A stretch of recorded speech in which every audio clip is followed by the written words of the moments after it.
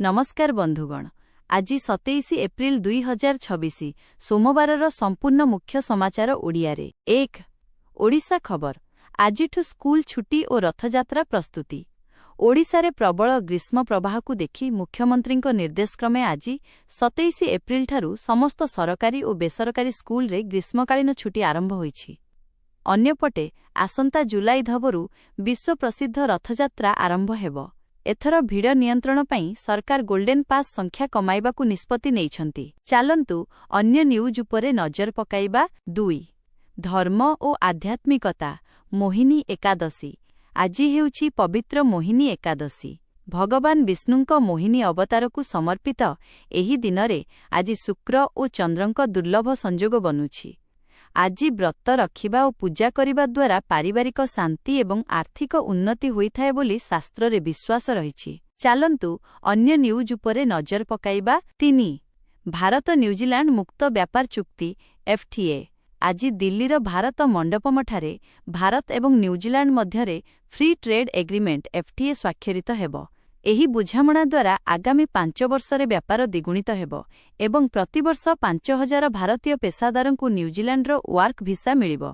एहा भारतीय युवपीढ़ींक पई एक बड़ सुजोग। चालंतु अन्य न्यूज उपरे नजर पकाइबा। 4 प्रधानमंत्रींक किसान निधि वृद्धि घोषणा। पश्चिमबंग निर्वाचन प्रचार समयरे प्रधानमंत्री नरेंद्र मोदी एक बड़ घोषणा करिसंती। से कहिसंती जे जदि बंगाल बीजेपी सरकार आसे तेबे किसान सम्मान निधि योजना रे कृषकंकु वार्षिक 6000 परिवर्ते 9000 टंका प्रदान कराजिबो। चालंतु अन्य न्यूज उपरे नजर पकाइबा। 5 गोमातांकु राष्ट्रमाता मान्यता अभियान। आज सारा देशर प्राय 5000 तहसिल रे एक समय रे प्रशासन को दाबीपत्र दियाजिबो। गोमातांकु राष्ट्रमाता घोषणा करिबा एवं गो हत्या विरोध रे कड़ा आईन आनिबा पई एही देशव्यापी हुंकार आरंभ होईछि। एथिरे अनेक साधु संत मध्य जोग देउछंती। चालंतु अन्य न्यूज उपरे नजर पकाइबा। 6 बैंक कर्मचारींक पई नुआ दरमा नियम। केंद्र सरकार सरकारी बैंक कर्मचारींक पई एक बड़ निष्पत्ति नेइछंती। एणिकी प्रति 5 वर्ष परिवर्ते प्रति वर्ष 12 मासरे दरमा संशोधन कराजिबो। एही व्यवस्थारे 1 नवेम्बर 2027 रु लागू हेबाकू लक्ष्य रखा जाइछि, जहा द्वारा बैंकिंग कर्मचारी माने अधिक उपकृत हेबे। चालंतु अन्य न्यूज उपरे नजर पकाइबा। 7 पाणीपाग। उत्तररु दक्षिण सबुठी प्रबल खरा। देशर अधिकांश राज्य रे खरा तांडव रचुछि। उत्तर प्रदेशर फदटी जिल्लारे लू चालिछि एवं बांदारे तापमात्रा 47 डिग्री छुईछि। दिल्ली रे येलो अलर्ट जारी होईछि। छोट पिलांकु खरारु रक्षा करिबा पई स्कूलमानंकरे स्वतंत्र वाटर ब्रेक नियम लागू होईछि। चालंतु अन्य न्यूज उपरे नजर पकाइबा। 8 आंतर्जातीय। ईरान अमेरिका मध्यरे शांति आलोचना। ईरान विदेश मंत्री पुणिथरे पाकिस्तान गस्त करिसंती। एपटे डोनाल्ड ट्रम्प ईरान सह सीधासळख आलोचना पई आग्रह प्रकाश करिसंती।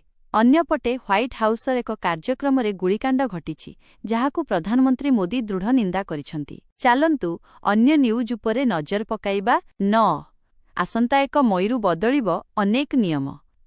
आसंता मास पहिलारु LPG सिलिंडर बुकिंग, बैंकिंग नियम एवं पेंशन संपर्कित केतेक गुरुत्वपूर्ण परिवर्तन हेबो। एही नुआ नियमगुड़िक आपणक पकेट उपरे सीधासळख प्रभाव पकाइबो। एहा उपरे सविशेष तथ्य आमे परवर्ती भिडियो रे देबु। चालंतु अन्य न्यूज उपरे नजर पकाइबा। 10 क्रीडा। IPL रे सुपर ओभर रोमांच। गतकाली IPL रे लक्ष्नौ एवं कोलकाता मध्यरे मैच टाई हेबा परे सुपर ओभर रे कोलकाता विजयी होईछि। आज दिल्ली कैपिटल्स एवं RCB मध्यरे दिल्लीर अरुण जेटली स्टाडियम रे कड़ा टक्कर हेबो। चालंतु अन्य न्यूज उपरे नजर पकाइबा। 11 स्वास्थ्य और विज्ञान। रोसेई कले बढ़िबो स्मृतिशक्ति। जापानर वैज्ञानिकंक एक नुआ रिपोर्ट अनुसारे जेउमाने सप्ताह को अंततः थरे निजे रोसेई करंती सेमानंकर मस्तिष्क सक्रिय रहे एवं भूलीजिबा रोग बा डिमेंसिया हेबार आशंका यथेष्ट कमी जाए। आजिर प्रश्न, विटामिन सी रो मुख्य उत्स केउ दुईटी फल? कमेंट करी जणांतु। सठिक उत्तर देले आपणंकु आम टीम तरफरु सरप्राइज गिफ्ट मिली पारे। एमिति प्रतिदिन सबुठु आगरे ताजा खबर पाइबा पई ओडिशा न्यूज ऑफिशियल चैनल को सब्सक्राइब करंतु एवं वीडियो को लाइक और शेयर निश्चय करंतु। रहुछि आपणंक दिनटी शुभमय हेउ। जय जगन्नाथ।